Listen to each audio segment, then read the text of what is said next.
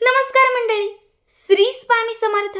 स्वागत आहे तुमचे आपल्या स्वामी शक्ती या चॅनलवरती.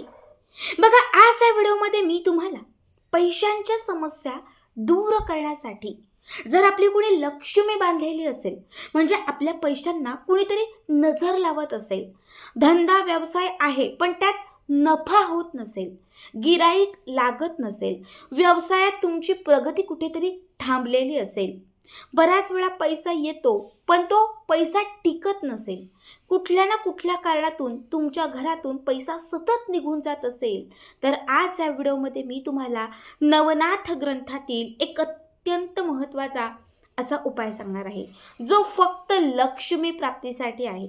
बघा, नवनाथ ग्रंथ हे बाधा दूर करण्यासाठी, नकारात्मक शक्तींचा नाश करण्यासाठी, खूप कर्ज झालेलं असेल तर ते कर्ज कुठेतरी कमी करण्यासाठी, पैशांची प्रत्येक अडचण दूर करण्यासाठी आणि आपल्या आयुष्यात, आपल्या घरामध्ये कुणीही करणी बाधा केलेली असेल तर त्याचं निवारण करण्यासाठी नवनाथ ग्रंथ आणि त्या ग्रंथातील प्रत्येक उपाय हा अत्यंत महत्त्वाचा असतो.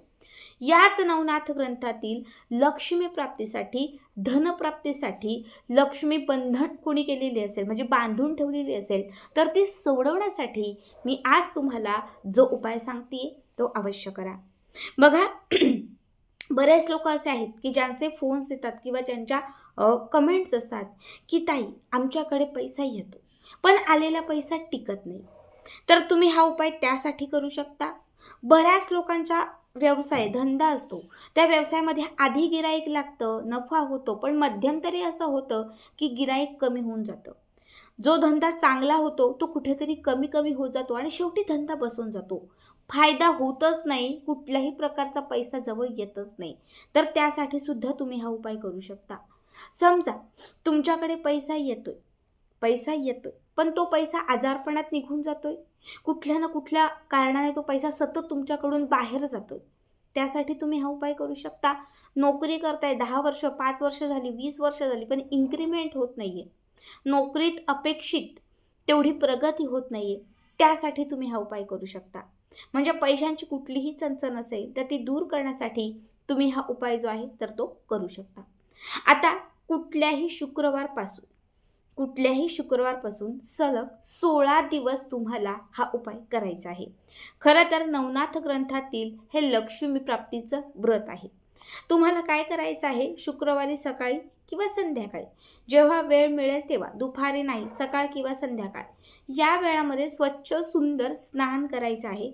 अंघोळीच्या पाण्यात थोडंसं गोमूत्र घालायचं आहे. बघा, गोमूत्र घातलेल्याच पाण्याने अंघोळ करा, स्वच्छ वस्त्र परिधान करा.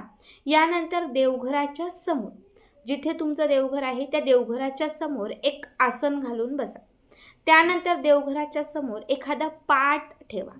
पाट किंवा चौरंग असेल चालेल. त्या पाटावरती किंवा चौरंगावरती लाल रंगाचं किंवा पिवळ्या रंगाचं छान एक कापड, म्हणजे एक वस्त्र, ब्लाऊज पीस आपलं असतं ते ठेवलं तरी चालेल, एखादा रुमाल ठेवला तरी चालेल. यानंतर तुम्हाला त्याच्यावरती 16 हळदीचे कुडे ठेवायचे आहे. किती? 16 हळदीचे, खूप मोठे नको, खूप बारके नको, छोटे असे मध्यम 16 हळदीचे कुडे, म्हणजे हळकुंड.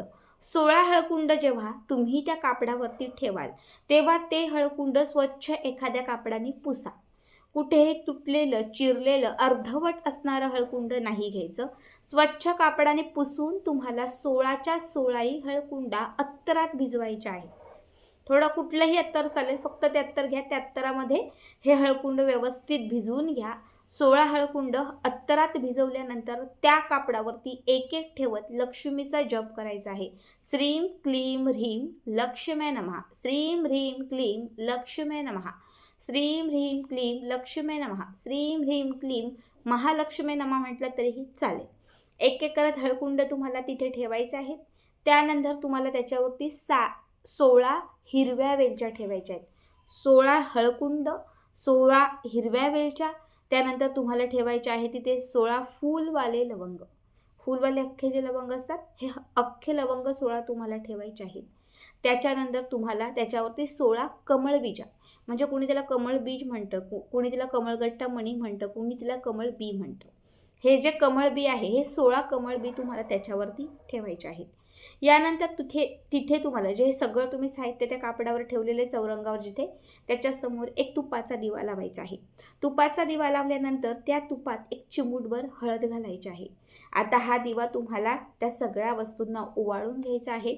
त्यानंतर तुम्हाला 16 तांदळाचे जे दाणे असतात, हे 16 तांदळाचे दाणे घ्यायचे आहेत. ते कुंकवामध्ये मिक्स करायचे आहेत. हे 16 तांदळाचे दाणे आपल्या उजव्या हाताच्या या भागात ठेवायचे आहेत. त्यामध्ये एक लाल फूल किंवा लाल फुलाच्या पाकळ्या, गुलाब असेल कुठलंही चालेल, लाल फुलाच्या पाकळ्या किंवा कुठलंही लाल फूल तुम्हाला ते तांदळावरती ठेवायचं आहे. हाताची मूठ बंद करायची आहे.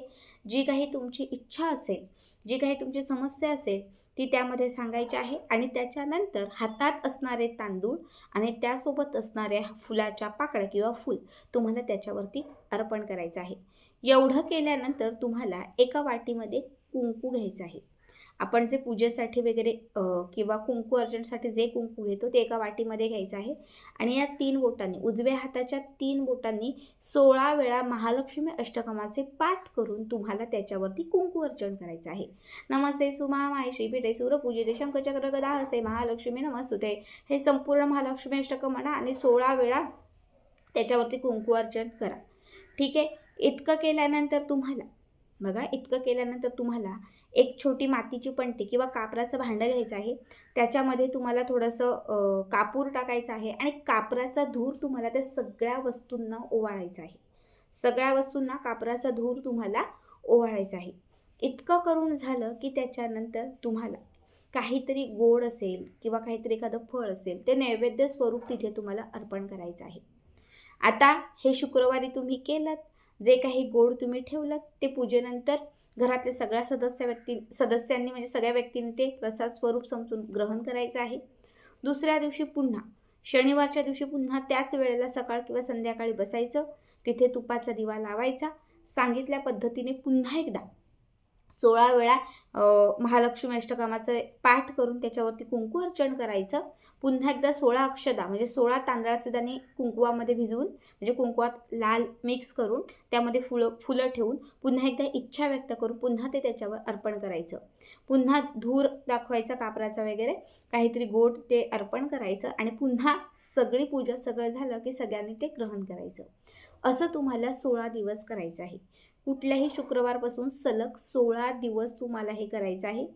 16 दिवस हे पूर्ण झाले की 16वा जो दिवस असेल, शेवटचा जो दिवस असेल, त्या दिवशी संध्याकाळी ते कापड उचलायचं. दिवा बाजूला ठेवा आणि ते कापड आहे, सगळी पूजा वगैरे करून घ्यायचं, सगळं करून घ्यायचं.